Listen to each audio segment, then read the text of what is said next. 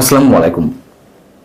এতদিন যা বলে আসছিলাম, যা সন্দেহ আশঙ্কা করে আসছিলাম, তার বহিঃপ্রকাশ ঘটতে শুরু করেছে। থলের বিড়াল বের করে দিয়েছে জামাত ইসলামী। তবে বিড়ালটা সম্ভবত একটু আগে ভাগেই থলে থেকে বের করে ফেলল। জামাতের আমির ডাক্তার শফিকুর রহমান তিনি সাংবাদিকদের সামনে বলেছেন যে এখন দেশের এই পরিস্থিতিতে কিসের নির্বাচন, আগে সুষ্ঠু পরিবেশ তৈরি হোক, তারপর নির্বাচন। চমৎকার কথা, খুবই চমৎকার কথা। এবং এই আশঙ্কাটাই আমরা করে আসছিলাম। ডক্টর মোহাম্মদ ইউনূস সাহেব যে দেশে ক্রমাগতভাবে একটা অস্থিতিশীল পরিবেশ তৈরি করে রাখতে চান, তিনি বারবার যুদ্ধাবস্থা কথা বলেন। শুধু তিনি নন, তার সরকারের আরো অনেক উপদেষ্টা, অনেক দায়িত্বশীল ব্যক্তি যুদ্ধাবস্থা কথা বলে মানুষের মধ্যে একটা আতঙ্ক সৃষ্টি করে রাখছেন। এবং যুদ্ধাবস্থা তৈরির যথেষ্ট সুযোগ আছে, সেটা যে একেবারে হবে না তা নয়। তবে এই যে মব ভায়োলেন্স, চারিদিকে আরো বিভিন্ন বিষয়ে অস্থিরতা তৈরি করে রাখা, এই সবই বিশেষ উদ্দেশ্যে করে রাখা হচ্ছে। আমরা বলে আসছি যাতে নির্বাচনকে প্রলম্বিত করা যায়। ধরো কাটো, মব ভায়োলেন্স, বুলডোজার সংস্কৃতি, এই যে বিষয়গুলো, এর সাথে অনেক বিষয় রয়েছে। এর মধ্যে যেমন মুক্তিযুদ্ধের ইতিহাস মুছে ফেলার একটা চেষ্টা, কিংবা আওয়ামী লীগ নিশ্চিহ্ন করার একটা চেষ্টা, সব কিছুর সাথে নির্বাচনটা প্রলম্বিত করার বিষয়টি একটি কমন সাবজেক্ট তাদের কাছে, এমন মন্তব্য অনেকেরই।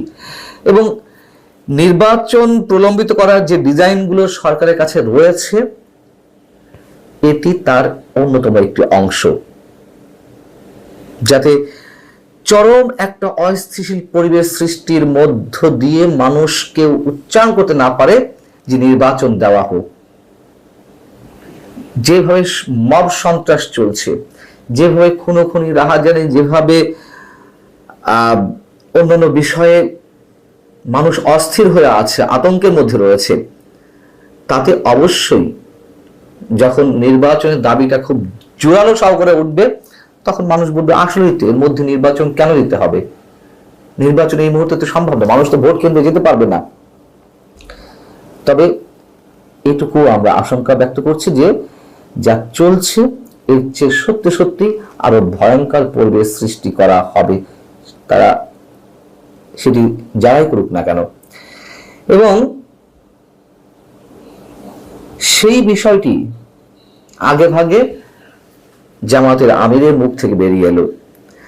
শুক্রবার নীলফামারীতে তিনি সৈয়দপুর বিমানবন্দরে সাংবাদিকদের সঙ্গে আলাপ করে যে বিষয়টি বলেছেন আরো, তা হচ্ছে আমরা আশা করি যদি মৌলিক বিষয়গুলোতে কার্যকর সমস্যা করা যায়, তাহলে ভালো একটা নির্বাচন সমস্যা করতে হবে এবং ভালো নির্বাচন দিতে হবে।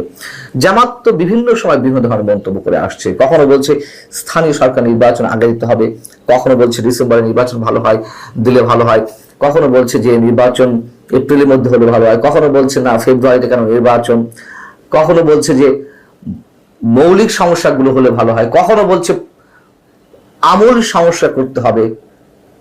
এবং এটিও তো বাস্তবতা।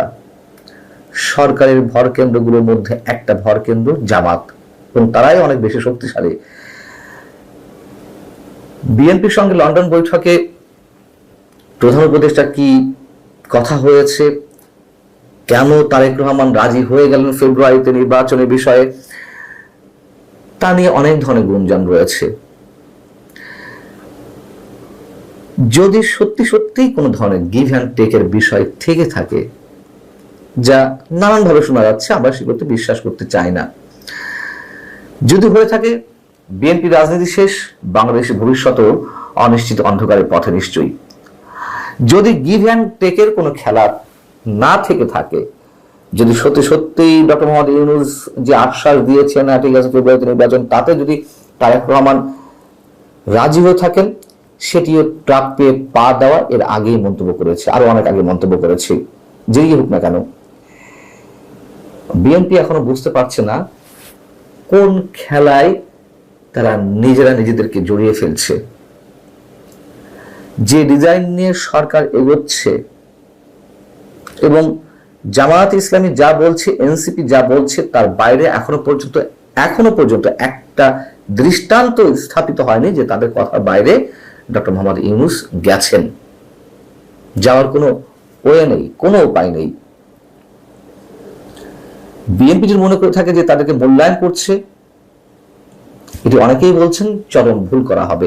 যখন অনেকেই মনে করছেন এই বিষয়গুলো, যখন যেই মানুষটার মিনিমাম রাজনৈতিক জ্ঞান রয়েছে তারাও বুঝতে পারছে যে সহজে নির্বাচন দেবে না এই সরকার, সহজে ক্ষমতা থেকে যাবে না,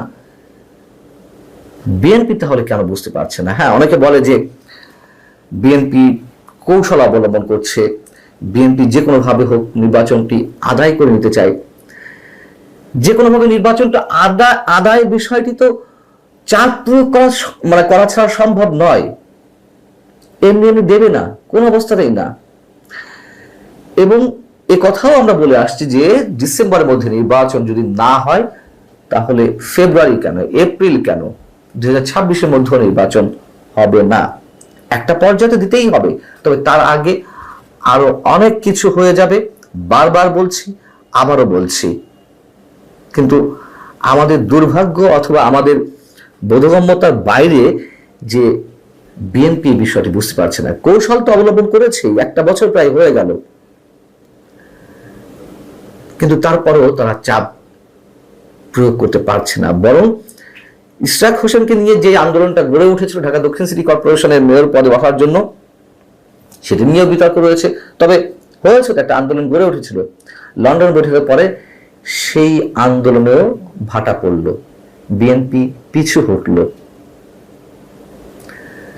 বিএনপির রাজনৈতিক ভবিষ্যৎ কি আমরা জানি না। প্রথম অনেকেই নিশ্চিত ছিলাম যে নির্বাচন হবে, বিএনপি ক্ষমতায় চলে আসবে, কিন্তু সেই বিষয়টি এখন অনেকের কাছেই দুরাশা মনে হচ্ছে। আলটিমেটলি দেশের কি হবে, সাধারণ মানুষের ভাগ্য কোন দিকে যাচ্ছে, সেটি এখন অনেক বড় বিষয়। জামাতের আমিরের মুখ থেকে যেই কথাটি বেরিয়েছে, এটির জন্যই সম্ভবত আমরা অপেক্ষায় ছিলাম। এখন জামাতের আমির বলেছেন, এনসিপি তো বলতেই আছে যে অবস্থা নির্বাচন নয়, কোন অবস্থাতেই নয়, তাদের নানান ধরনের শর্ত আছে।